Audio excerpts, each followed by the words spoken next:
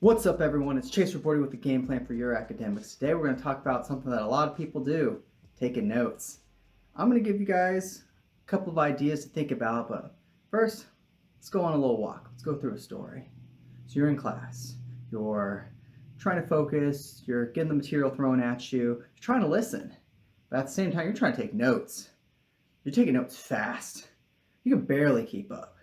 And the more the information is thrown at you, the harder it is for you to keep up. Eventually, you're going to focus only on your notes and you're going to get completely locked in. You're going to be hearing things and instantly translating them onto the paper. The problem with this is you're not actually listening, you're just transcribing. There's a big difference between taking notes to learn and taking notes to transcribe. If you're just trying to transcribe, you might as well record it and then try to do like a speech to text. That'd be so much more effective. But if you're trying to actually learn, which usually this is the case, then what I would recommend is actually try to prioritize that over the notes. So essentially what I'm going to try to get into is helping you understand why notes alone is not necessarily helping you learn the best that you possibly can. We still can use notes. I'm still a fan of notes, don't get me wrong. But I want to make sure that people are using notes effectively rather than detracting from what they're trying to do. All right, so let's get into it. So what note-taking does is three different things. So first, it specifies the information. Second, it's going to organize the information. And third, it's going to increase the frequency of your exposure to that information. So when we think about specifying information, I want us to think about highlighting the key details. The key details are the things that you need to know to make sure you can fully grasp the concept that you're learning. These are also the pieces of information that you might be tested on. So basically you want to highlight them inside of your memory. What better way to highlight them in your memory than to write them down to make sure you can constantly refer to them if you ever are unsure of what that detail is. Not only do I want you to understand what the key pieces of information are and potentially write them down, I want you to also look for the exceptions to the general format in which it's taught, or the general concept which is taught. So sometimes in class, they teach you how something works, but then the test is not at all how something works. It's the exceptions to how it works. So whenever it's like this, it does kind of cause some trust issues because you're taught one thing and tested on another, but that's a different story. What I want you guys to take away is understand that whenever you're taking notes, there's going to be a general way something works. And whenever there's exceptions, I would also consider these key details. They're not key details to how it works, but they're key details to what is testable. So whenever we're thinking of what's testable, we want to make sure we learn that as well. And this information is definitely going to fit the profile of something that could appear on an assessment, exam, test, quiz, whatever. So when you're taking notes and you're trying to specify things, focus on the key details. Focus on writing those down because those are what you're going to want to refer to later. That's the much more helpful part about taking notes rather than writing things as they come. When you specify information, I want you to think about finding what is valuable. So there tends to be clutter or junk around whatever it is that you're looking for, and it can kind of distract you from what's valuable. But once you find it, you see the value, and you're able to then assert it onto your full understanding of the concept or subject or whatever. And this is really important because it's going to be basically the guiding light. This value is your direction point in understanding the rest of the information around it. Now everything else around it might make a lot more sense because you understand this relative point. And from here on, like, this is your light. It's helping you light up. You're learning. You're enlightened. Sometimes you need to organize the information because you don't see how it fits together. And when you don't know how it fits together, sometimes you just do something and then it just works. You're in disbelief. You're relieved. And then it seems so obvious that you just didn't get it before. This is so helpful because this is a big strategy in being able to understand more complex pieces of information. Because sometimes it's not so intuitive. It doesn't always make sense. But then whenever you look into it a little bit more and you organize the perimeter of what it is that you're looking at, sometimes it just fits together. And you wonder how it just happened, but it just clicks. And I wouldn't question it too much because it saves a lot of stress. I would say that this happening tends to apply to more complicated subjects. So whenever you have all of these details, it's really easy to get lost in the details, memorizing the details, just trying to remember everything. But that's not learning everything. So what you can do is you can figure out where everything's at, big picture wise. Then you can organize how everything's connected, how everything fits together. And by drawing associations, you're not just memorizing individual things, it becomes a progression of thought that's a lot more predictable, a lot more intuitive. And now you're in the flow of the subject. So if you try to fight the flow of the subject, it's going to fight back. You're going to lose. So note-taking wise, in order to organize information, I want you to think about what you're hearing first, then try to write down how everything fits together. That's more important than just writing things as they come.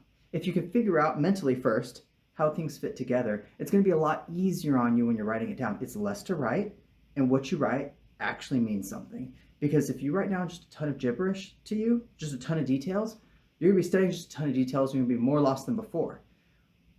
So save yourself. Focus on writing down how things fit together so you're not just stuck taking notes the entire time. The last thing that notes can help you do for learning is increase the frequency of exposure. So you can't escape frequency. Frequency is always going to make you learn something whether or not you want to learn it. Add an element of catchiness and you get this. Ba-dum-bum-bum-bum. Like a good neighbor. So you get my point. So your notes are going to increase the exposure of you getting hit with this information. Like your brain might try to dodge it, your brain might try to dodge it.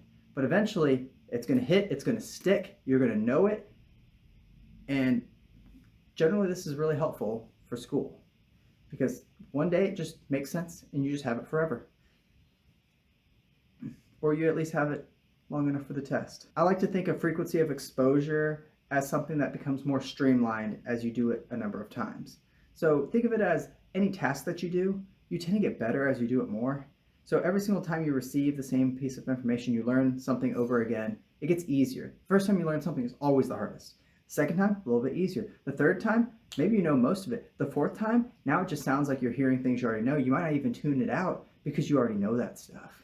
So this is the power of frequency, because if you use that when you're studying, instead of just learning it year over year as you go through education, it's going to be a lot more helpful because you're going to be able to retain stuff for so much longer and you're going to be able to learn it so much faster. So you get the best of both worlds, retention and speed. This is so OP. Now in regards to taking notes, this frequency might look like writing a lot down the first time. Maybe there's a lot of details that are important. There's a lot of associations that you need to fit together. So you're specifying and organizing, but it's still a lot of writing. Now you go back, maybe this is the second time you're learning something. Maybe you write a little bit less. It becomes more of the details that you were really confused on rather than everything you thought you were confused on. Maybe you actually knew a lot of it, but there's just a few details now that you need to focus on. Now the third time, maybe you're only writing down a couple of details you just forget. These are the ones that you're like, oh, I always have a problem with this. And that's really all you write down the third time. Maybe the fourth time you don't even need to write notes. Maybe the third time you didn't even have to write notes. And this is the power for the frequency, especially in regards to notes, because every single time that you think about it, you mentally rehearse, it's going to help you learn it. Every single time you write it down, it's going to help you learn it. But remember, mentally rehearsing is generally a lot faster than writing things down every single time. So remember, speed is a consideration. There's only so much time in the day, so make sure to do what's best for you. And as a side note, the other reason I really like notes is notes are very personal. So if you yourself are confused on only one piece of information, maybe no one else is confused on this piece of information. It's just, you're just having a problem with it. You can write that down.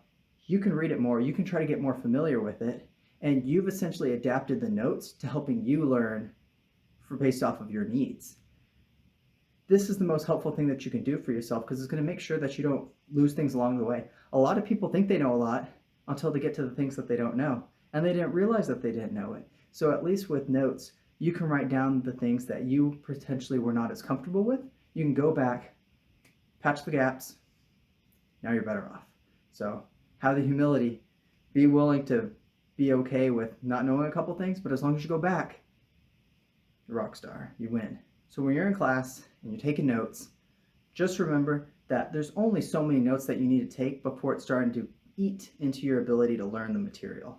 Know when to toss the notes. Know how much notes you need to take. Make sure you specify exactly what you need. You organize your thoughts, and then you write it down in a more progression method.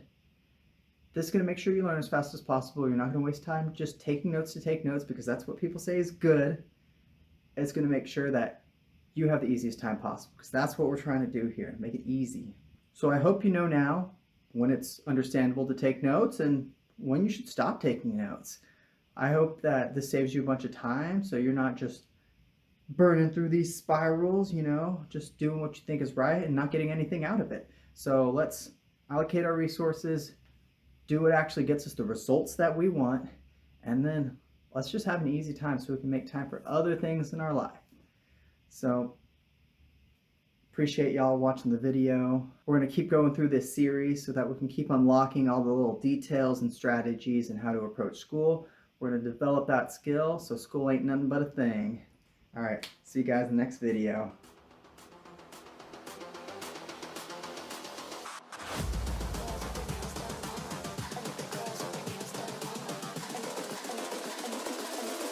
Girls with their nails done now.